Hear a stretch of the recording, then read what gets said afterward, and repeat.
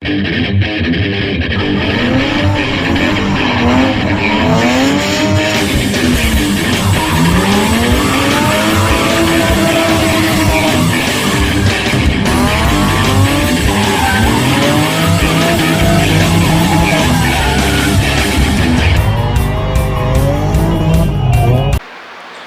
guys and girls, welcome to the channel. Today we got another car. I bought a 93 Honda Civic. I thought, it's cheap enough. I asked the guy, what's wrong with it? Well, it just went out one day, it wouldn't crank. Well, I thought more than likely it cool, because the cools are bad about going bad in these things. Fuse, worst case jump time. These usually don't bend valves. I'll grab it. So I bought this thing, brought it to the shop, went through everything. Not simple. Alright, so I did a compression check. He said it just wouldn't start. I checked the timing, the cool, all the things that you would normally check with it just not starting. None of that. So, got a little further, checked the compression, and yeah, there's no way this thing just didn't start one day. Timing's perfect. It's got 30 pounds of cylinder pressure in number 1, 50 in number 2, 75 in number 3, and like 60 in number 4. There's no way you just cranked this car and it went that way. And the timing still dead on. Hay gasket, it's been ran hot, bent valves, something. Either got a whole lot of water in the cylinders from a hay gasket, bent the valves, or it's just a really bad hay gasket. So the thought I was gonna turn it quick job turned into at least a hay gasket job. So another one of them. All right, here we go. All right, so before I do a hay gasket, I'll drain the fluid so that way you're not fighting coolant and oil. It didn't look like there was much coolant or oil in this car. And I'm still debating on just replacing the motor, because I don't know the situation in the car. I don't know if it ran super hot. If it did, it's possible that it's got bearing issues, and then we'll end up, you know, if I finance it, I'll be putting it, it'll blow up on them, and I don't want to do that. So if it didn't really run hot, which I looked, and the oil is low, but there's no water in it. So, I mean, we might get lucky. What I'll do is just drain all the fluids and see how everything looks. If the oil's burn up pretty bad, smells like it's burned a lot, hadn't been changed regularly, then I may put a motor in this thing. But if it looks decent, doesn't have any trash in it, I'll check the filter, I'll cut it open, drain all the coolant out of it, and once we get the head off, if there's no scarring in the cylinders or no major issues in between the cylinders and the head feels kind of flat, I'll get a level and check the head itself.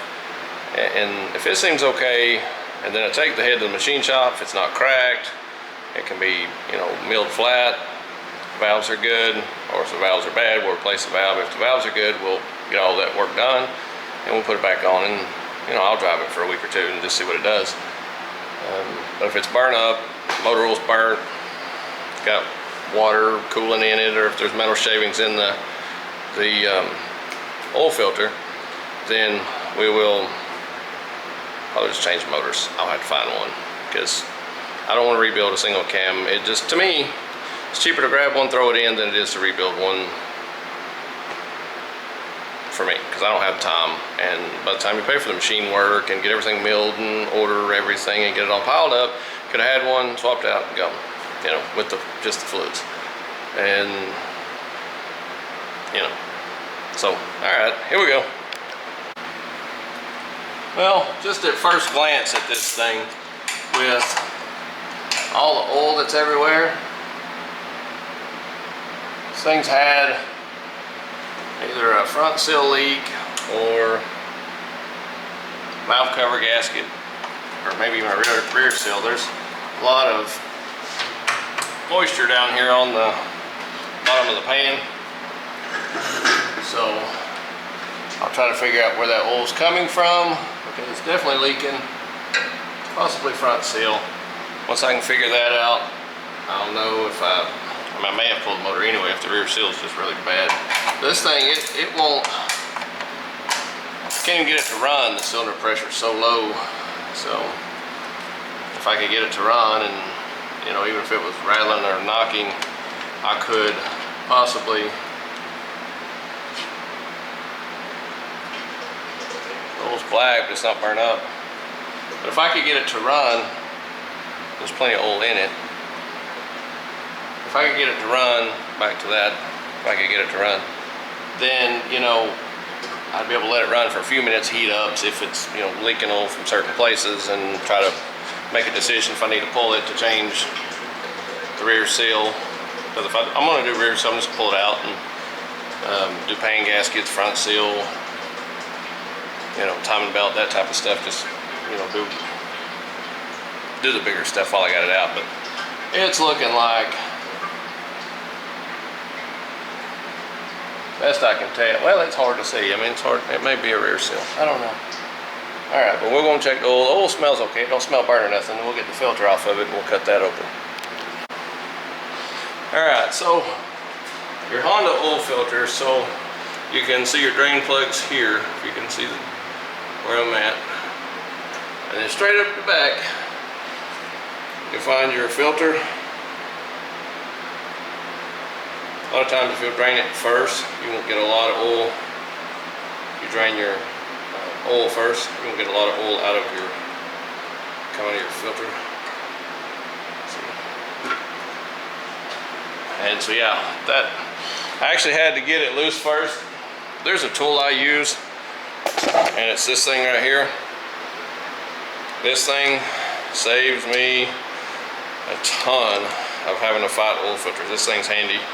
It's one of those where if I didn't have this, I'd have been in trouble trying to get that off just by manhandling it off of there. That'd have been bad. These things are handy. Get them AutoZone off the internet. Get you a set of those if you change oil. Alright, so after cutting the oil filter open, looking inside there, everything looks pretty good. And the oil didn't smell bad. It was a high mileage oil filter. Which they spend extra money to get the right filter. So I almost wonder if they didn't put a high mileage oil in this thing, and if they got too thin of an oil, that's why it's leaking. Because sometimes when you go to synthetic in an older Honda like this, or just an older car in general, it for some reason they tend to leak oil. So we may do maybe a little thicker oil or something when we go back with it. May not have no problem. You don't get too thick on a Honda. The VTEC and all that stuff don't want to work and all that, but this being a non-VTEC, we won't have to worry about that. But maybe put us some Lucas or something in it, maybe a little thicker oil. I think we'll be okay on this thing. The filter look great, so I'll check the mileage on it versus the last oil change if they put a sticker on it, and we'll take a look at it, because supposedly the guy was driving it. Yeah, but the oil didn't have any water in it. That's a good thing. And so now we'll drain the coolant, see what we got, then we'll be ready to start pulling the head off this thing. Alright, so in your Hondas, there's a little butterfly deal right here. I'll bring you over here and see this thing. And you turn that, and that's where your coolant comes out of the bottom. Yeah, it's coming out of the bottom hole. That's how you drain your coolant on these. So we get that drained. I probably got to pop the radiator cap, but once we get that drained, we'll be ready to go. All right, so I got the head pulled off. I'm actually okay with the way it looks. To me, somebody took this head gasket or this head off before. They didn't have it milled, and they just put a cheap head gasket, not a multi-layered steel, just a cheap head gasket on it, and I think that's why it blew. Didn't look bad.